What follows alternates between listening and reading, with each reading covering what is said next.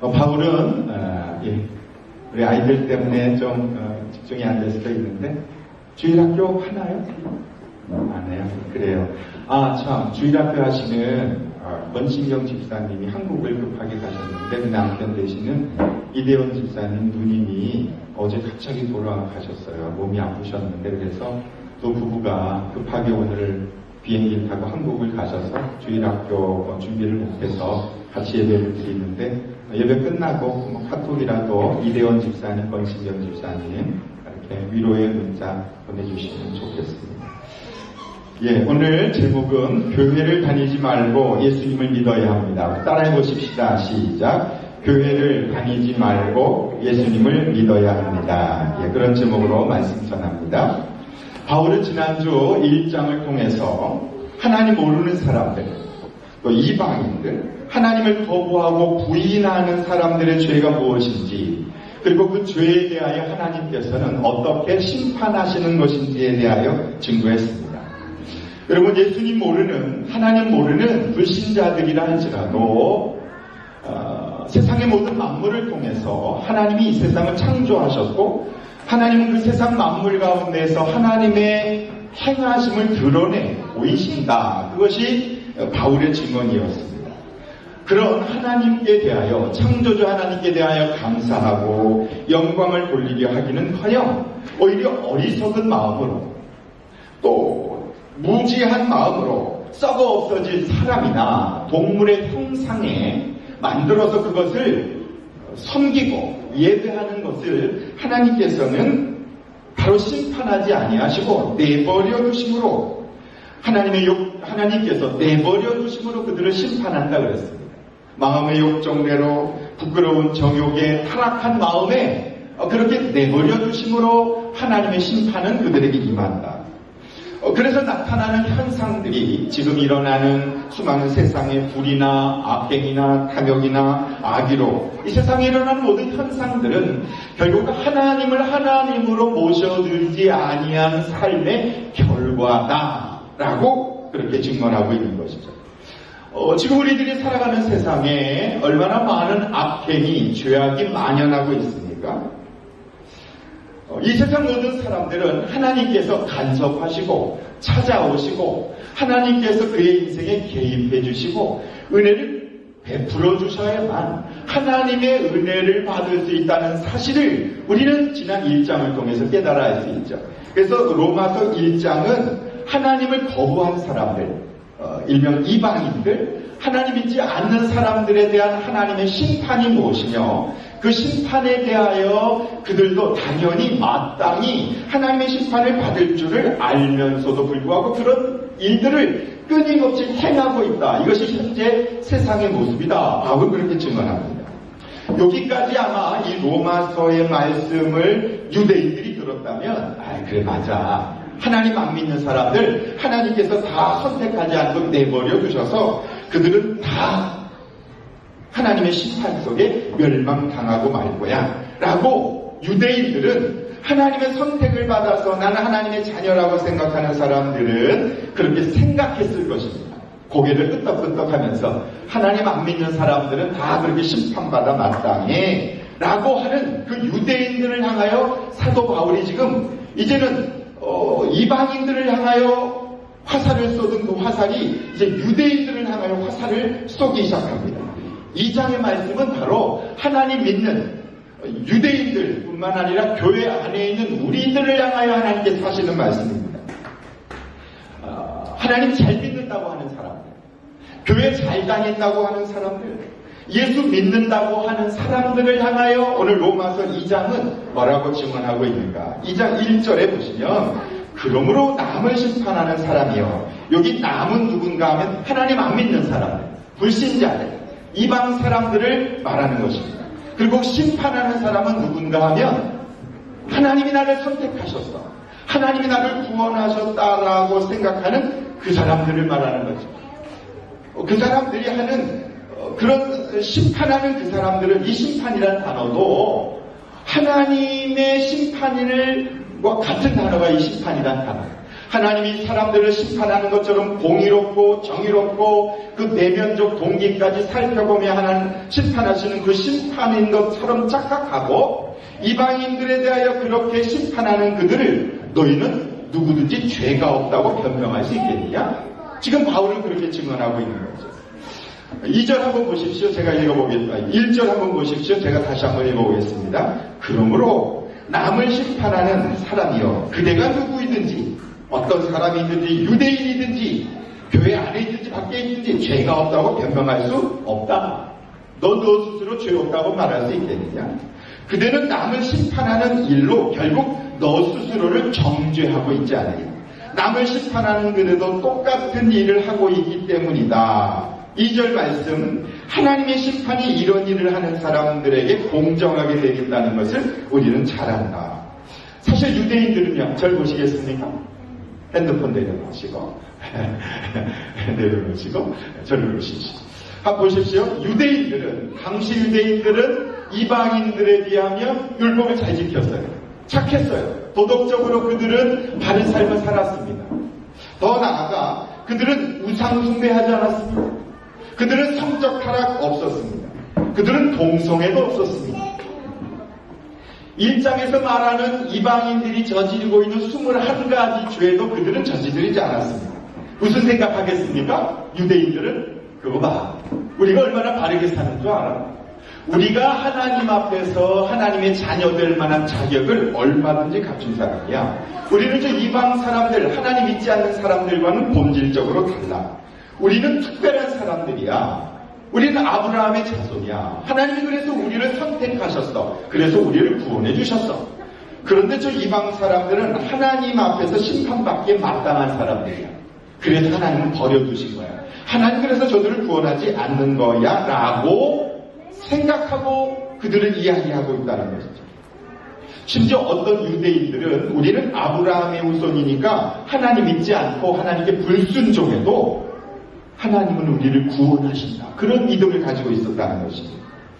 그러나 바울은 너희가 유대인이라고 하여 우리에게 적용해보면 너희가 교회 안에 있다고 하여 너희가 모태신앙이라고 하여 너희가 세례받았다고 하여 너희가 직분을 가지고 있다고 하여 그런 자격이나 기준이 너가 구원받을 만한 어떤 기준이 된다고 생각하느냐? 그것은 곧 너 스스로를 우상으로 만들고 있는 것 아니냐? 지금 바울은 그렇게 이야기하고 있는 거죠. 혈통적으로 유대인으로 태어났다고 하는 그 사실이 이방 사람들이 버림받고 하나님의 구원이 없고 그들이 죄악 가운데 있어서 하나님의 심판을 스스로 자초하는 것처럼 너희들도 너 스스로를 자기의 의로, 자기의 자격으로, 자기의 기준으로 나는 마땅히 하나님의 은혜를 받을 만한 사람이야 라고 생각하는 그것이 너 스스로를 우상화 만들고 있는 것 아니냐? 그런 우상을 섬기고 있는 그것이 오히려 하나님의 심판을 자초하는 것 아니냐? 지금 바울은 그렇게 이야기하고 있는 거예요. 그러면서 이방 사람들에 대하여 하나님의 자리에 앉아서 심판자의 역할을 하는 것, 그것이 결국 하나님의 심판을 스스로 너가 자초하고 있는 것이다. 바울은 그렇게 증가합니다. 우리가 하나님의 자녀로 선택된 것은 세상에 있는 사람들에 대하여 도덕적 우월성 때문은 아니지 않습니까? 세상에 있는 사람들, 구원받지 못한 사람들에 비하여 우리가 더 많은 의로운 삶을 살고 있는 것도 아니지 않습니까? 그럼에도 불구하고 우리가 이 교회에 다닌다는 사실 하나만으로 우리 스스로를 의롭다고 스스로 여긴다라고 하는 것은 결국 그것은 나 자신의 의를 드러내는 것이기 때문에 그것은 하나님의 의로움을 덧입는 것이 아니라 믿음으로 구원받는 것이 아니라 자기의 의로 구원받는 유대인들과 다를 바 없다. 바울은 그렇게 증언하는 것입니다. 완전한 하나님의 사랑 때문에 값없는 그 은혜 때문에 구원을 받았음에도 불구하고 유대인들은 그러한 잘못된 생각을 가진 것에 대하여 증언하고 있습니다. 내가 교회를 얼마나 오래 다녔는가, 내가 봉사를 얼마나 했는가, 내가 교회 안에 있다, 그런 사실이 내가 구원받는 조건이 된다면 그 구원의 은총은 나로부터 나오게 되는 것이죠. 우리가 그런 교회 안에 있으면서 교회를 다니면서 그리스도인이기 때문에 그런 잘못된 의로움에 빠질 경향성이 우리에게 참 많습니다. 나는 다른 사람에 비해서 좀 착하고 그런 사람이 있잖아요. 저 사람은 법 없이도 살 사람이에요. 저 사람은 참 믿음이 좋아. 그럼에도 불구하고 그렇게 스스로도 그렇게 생각하는 사람들이 오히려 다른 사람들의 작은 실수, 작은 잘못에 대하여 흥분하여 이야기하거나 판단하는 것, 그것은 결국 나 자신을 향하여 비난의 화살을 쏘는 것이다 라고 이야기하는 것이죠. 대부분의 사람들은 겉으로 드러난 죄에 대하여 심판자의 역할을 합니다. 주로 많이 배운 사람, 많이 아는 사람, 또 정치인들, 판사들 보면 서로 상대방에 대하여 자기가 마치 대단한 우월적인 위치에 있는 것처럼 그렇게 이야기하지만 예수님께서는 오히려 겉으로 드러난 것 가지고 주님은 심판하지 아니하시고 그 내면의 동기를 가지고 내면의 죄를 심판하신다 그렇게 말씀합니다. 마태복음 5장에 보면은요, 너희가 겉으로 살인하는 사람을 보고 죄인이다 말하지만 나는 그렇게 생각하지 않는다. 너가 누군가를 향하여 미워하는 마음을 가지고 있다면 그 미움이 곧 살인하는 거 아니겠니? 주님 그렇게 말씀하십니다. 너는 가늠한 여인을 향하여 돌로 치지만 나는 이렇게 말한다. 너희 마음에 여자를 보고 음욕을 품는다면 그것이 또한 가늠한 것 아니겠니? 주님 그렇게 말씀하시는 거죠. 그러므로 우리가 교회 안에서 신앙생활을 오래 하면 할수록 특히 어떤 성경이나 직분이나 교회 안에서의 우리의 종교적 행위가 월등하면 월등할수록 그렇게 자기의 의로움을 드러내려고 하는 경향성, 그것이 하나님 보시기에 가장 큰 죄라고 이야기하는 것이죠. 우리는 행위로 구원받은 사람들이 아니기에, 오직 믿음으로 구원받은 사람들이기에 사람들을 판단함에도 불구하고 평가하는 것도 외모로 평가하는 경향성이 너무 많이 있다는 거죠. 원래 인간은요, 선악을 판단할 스스로 그런 것을 하면서 살 수 있도록 지음받은 존재가 아닙니다. 오직 선악을 판단하실 수 있는 분은 하나님 한 분이십니다. 하나님의 판단은 항상 지혜롭고 정의롭고 공의롭고 공정하십니다. 그런데 인간들은 스스로 율법과 기준과 윤리와 도덕을 만들어 놓고 그러한 것을 가지고 선악을 판단하려고 하는 모습들이 너무나 많이 있죠.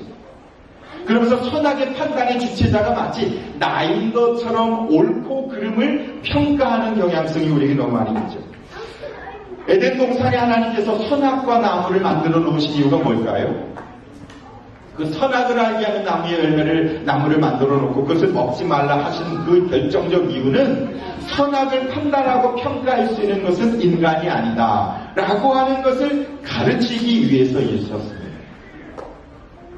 오직 선악을 판단하실 수 있는 분은 하나님 한 분뿐이시기 때문에 그렇습니다. 그럼에도 불구하고 우리는 계속해서 선과 악을 판단할 수 있는 주체자가 나인 것처럼 그렇게 하나님의 자리를 넘보는 경향성이 얼마나 많이 있습니다. 오직 우리는 믿음으로 의롭게 된 사람들이기에 믿음으로 의롭게 된 우리는 믿음 외에 그 어떤 것들도 우리의 의로움에 조금도 보탬이 될 수 없다는 사실을 잊어버리지 말라. 오직 십자가 복음만이 우리가 의롭게 될 수 있는 근거가 된다고 하는 것이죠. 몇 년 전에 그 인도네시아에서 거대 쓰나미가 몰려와서 수십만의 사람들이 죽었을 때 한국의 몇몇 대형 교회 목회자들이 그들이 하나님을 믿지 않아서 하나님의 징계에서 심판해서 사람들이 그렇게 죽은 거다. 하나님의 경고다. 그렇게 해서 뉴스에 많은 이슈가 나온 적이 있습니다. 바로 오늘 2장에 나오는 그런 말씀과 같은 내용이라고 생각합니다. 저 사람들은 하나님 믿지 않았으니까 하나님이 심판하셨습니다. 그럼 어떻게 되는 거예요? 우리는 하나님을 믿고 우리 하나님 믿을 만한 자격이 있고 하나님의 선택된 자녀이기 때문에 쓰나미도 없고 지진도 없고 하나님 우리를 지켜주시는 것이야 라고 하는 그 능력의 근원이 바로 내가 믿음 생활을 잘했기 때문에 하나님은 나를 보호해 주셔 하나님의 은혜의 근거가 아닌 나의 행위와 나의 삶과 그런 것으로 나의 구원의 조건을 삼는 것은 오늘 말씀에 나오는 것처럼 이 유대인들과 동일한 죄를 범하고 있는 것이 아니겠느냐? 성경은 그렇게 증거하고 있는 것이죠. 바울은 우리는 결코 그 누구도 심판할 수 있는 자격이 전혀 없는 사람이며, 만약 하나님의 심판의 자리에 앉는 것은 결국 하나님의 자리를 찬탈하는 것이다라고 그렇게 지금 증거하고 있는 것이다. 그러므로 우리가 다른 사람의 죄를 지적하기 전에 하나님 앞에서 나에게는 죄가 없는가를 스스로 돌아볼 필요가 있다는 것이죠. 3절, 4절 말씀을 다시 한번 읽어보십시다. 3절, 4절. 그렇게 하는 사람들은 하나님이 어떻게 하시나? 3절, 4절 읽어보십시다. 시작. 이런 일을 하는 사람들을 심판하면서 스스로 그런 일을 하는 사람이여, 그대는 하나님의 심판을 피할 수 있는 줄로 생각합니까? 아니면 하나님께서 인자하심을 베푸셔서 그들을 인도하여 회개하게 하신 것을 알지 못하고 오히려 하나님의 풍성하신 인자하심과 너그러우심과 오래 참으심을 없인 여기는 겁니까? 이런 일을 하는 사람들, 그러니까 하나님 모르는 사람들은 하나님이 심판받아 마땅해 라고 하나님의 자리에서 심판자 역할을 하는 사람들은 오히려 하나님의 심판을 피할 수 없다는 사실을 잊어버리지 마라. 그렇게 바울은 증거합니다. 그러면서 4절에 하나님이 인자를 베푸셔서 그대를 인도하여 회개하게 하신다는 사실을 알지 못합니까? 누구를 회개하게 한다고요? 오늘 내가 하나님 앞에 나와 회개하게 된 것은 내 스스로 나 죄인이다 라고 하는 것을 스스로 깨닫게 되어서 회개하는 것이 아니고, 하나님이 내가 죄인이다라고 하는 것을 깨달을 수 있는 은혜를 주셔서 깨닫게 된 것이지, 내가 나 스스로 나 죄인이야, 나 이런 많은 죄를 졌어, 이렇게 해서 하나님 앞에 나와 회개한 사람이 있겠느냐? 바울은 그렇게 증거하고 있는 거예요. 다시 한번 4절을 보십시오. 하나님이 인자하심을 베푸셔서 그들을 인도하여, 오늘 우리를 하나님 앞으로 인도해 주신 분은 하나님이시고, 우리를 회개하게 하신 분도, 죄를 깨닫게 하신 분도 하나님이심에도 불구하고 오히려 그 하나님의 인자하심과 너그러심과 오래 참으심을 너가 아닌 또 다른 누군가를 향하여 하나님이 기다리고 계시는 그 하나님을 너가 왜 업신여기느냐라고 지금 반문한 거예요. 때문에 오늘 우리가 내가 죄를 깨닫는다, 하나님 저는 죄인입니다, 저는 하나님의 백성입니다 라고 말하는 것 자체도 하나님이 내게 인도해 주신 것 은혜가 아니라면 결코 그런 것을 깨달을 수 없음에도 불구하고 나 스스로를 대단한 의인처럼 우월한 존재로 세워놓는 것 그 자체가 우상숭배다라고 이야기하는 것이다 라는 거죠. 내가 하나님의 자리에 앉아서 하나님 행세하고 우주의 중심이 되려고 하는 그것을 성경은 가장 큰 죄라고 이야기합니다. 바울은 이렇게 질문하고 있는 거예요. 너 어떻게 하나님의 자녀 됐어? 너는 어떻게 교회에 나오게 된 거야? 너 그동안 착하게 살아서 너 하나님 이쁘게 봐서 너 교회에 나온 거니? 너 모든 죄가 용서함 받아서 하나님 앞에 나온 거야? 그거 아니지 않니? 너도 하나님이 너를 지금까지 참고 기다리시고 인내하셔서 사랑으로 너가 하나님의 은혜와 사랑을 부어주심으로 말미암아 하나님의 자녀가 된 것이 아니니, 너가 회개의 자리에 나온 것은, 너가 죄를 깨닫게 된 것은 누구 때문이니? 지금 바울은 그렇게 증거하고 있는 거죠. 그런데 마치 우리가 내가 대단한 탁월한 깨달음이 있어서 말씀을 통해 깨닫고 은혜를 깨닫고 그리고 죄를 깨닫고 그래서 하나님의 자녀가 되고 오늘까지 살아오고 내가 대단한 능력이나 있는 것처럼 우리 스스로가 생각하는 경향성이 너무 많은데, 그것이 바로 하나님의 심판을 초래하는 것이 아니냐? 바울이 그렇게 증거하고 있는 것이죠. 감히 그 누구도, 그 어떤 사람도 자기 의로움으로 말미암아 하나님의 자녀가 될 수 있는 자격이 전혀 없음에도 불구하고 하나님의 그 인자하심과 오래 참으심을 통해서 기다리시는 그 사람들을 향하여 아무런 안타까움을 갖고 있지 않다라고 하는 것은 스스로의 의로움 속에 빠져 있는 것이다. 바울은 그렇게 질문하고 있는 것입니다. 때문에 우리가 주변에 있는 사람들, 하나님 믿지 않는 사람들에 대하여 복음을 전하지 않거나 불쌍히 여기지 않는 그 마음의 내면은 무엇입니까? 무엇 때문입니까? 나는 어떤 자격이 있어서 그런 것이야. 저 사람들은 유대인들처럼 하나님이 내버려 두신 거야. 구원받지 않은 사람들이야 라고 스스로 심판자의 자리에 앉아있다라고 하는 또 하나의 표현이 복음 증거하지 않는 것이다. 바울은 지금 이 장을 통해서 그렇게 증거하고 있는 것이죠. 그런 결과가 무엇입니까? 우리 5절 말씀을 끝으로 읽고 말씀을 마치려고 합니다. 5절 말씀 함께 읽어보십시다. 시작. 그대는 완고하여 회개할 마음이 없으니 하나님의 공정한 심판이 나타날 진노의 날에 자기가 받을 진노를 스스로 쌓아 올리고 있는 것입니다. 완고하여 하나님이 지금 이렇게 말씀하고 계심에도 불구하고 너에게는 아무런 근거가 없음에도 불구하고 그동안 내가 잘못 살았군요. 내가 하나님의 자리를 찬탈했군요. 내가 함부로 심판자의 자리에 앉았었군요. 마치 내가 구원받고 교회 나와 신앙생활하는 것은 나의 어떤 대단한 능력이 있어서 봉사하고 원신하는 것처럼 생각했군요. 하나님 이것을 회개합니다라고 고백해야 함에도 불구하고 완고하여 고집이 세서 회개할 마음이 없다면 결국 그러한 것은 스스로 자기가 받을 하나님의 심판과 진노를 쌓아가고 있다는 사실을 잊어버리지 말라. 1차 독자들은 유대인 기독교인들이지만 2차 독자인 오늘 우리를 향하여, 교회 안에 있는 우리를 향하여 이제 그만 고집 피우지 말고 이제 그만 교만하지 말고 너 자신을 낮추고 겸손한 마음으로 하나님 앞에 나아갈 것을 바울은 지금 로마서를 통해서 우리에게 가르쳐 주고 계십니다. 누가복음 18장에 이런 말씀이 있습니다. 18장 9절에 어떤 두 사람이 하나님 앞에 나가 기도합니다. 한 사람은 스스로 의롭다고 확신하고 남을 멸시하는 사람입니다. 그 사람은 바리새 사람, 율법주의자, 성경을 아주 잘 아는 교회 안에서 평생 살았던 사람입니다.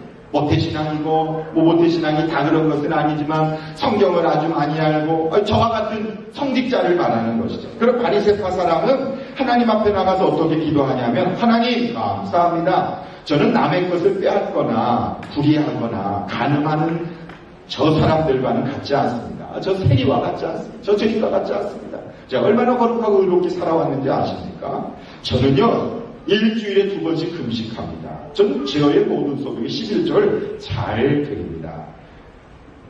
이것이 자기입니다. 자기 의를 하나님 앞에서 주장하고 있습니다. 그런데 옆에 있는 세리, 죄인, 세관원은 멀찍이 서서 하늘을 우러러볼 엄두도 못 내고 가슴을 치며 오 하나님 이 죄인에게 자비를 베풀어 주십시오. 이 죄인에게 자비를 베풀어 주십시오. 라고 기도했다.